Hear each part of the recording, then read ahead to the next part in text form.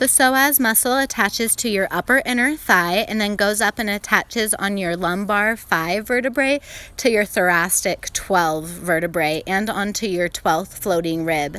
A tight psoas can pull your thighs forward, causing your low back to round, or pull your floating ribs forward, causing you to collapse on the back of your kidneys. The psoas muscle is a hip flexor, so it lifts your knee up, it lifts that bottom attachment site up, or it helps you fold forward, pulling the upper attachment site down. Psoas plays a huge role in your posture, so we want our psoas muscle to be long so we can still maintain the curve in our low back and our strength in our core. Or you can have ribs that are pulled forward and have a thumb bar curve, and have your thighs pulled forward and no lumbar curve.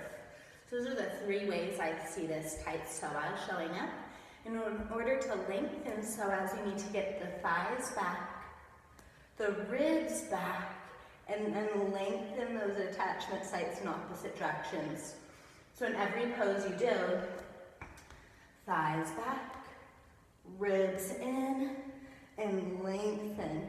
I think of it like a finger trap. Once you get those attachment sites back to where they belong, then you pull them apart and you lengthen that ropey psoas muscle. So second warrior pose, I'll see that back thigh pushed forward a lot. So to move the attachment sites of the psoas back, we'll pull the ribs forward often. So to pull the ribs in while keeping the thighs back, and then lengthen like that finger trap in every pose. Low lunge quad, thighs back, ribs in, like a Wonder Woman harness, and then lengthen.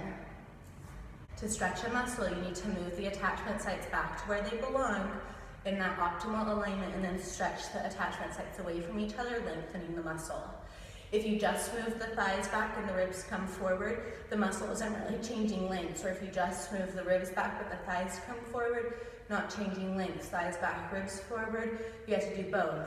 Thighs back, ribs back, lengthen. I hope this was helpful for you. Stay tuned for my next video to see the pose of the month that we did that specifically targets psoas.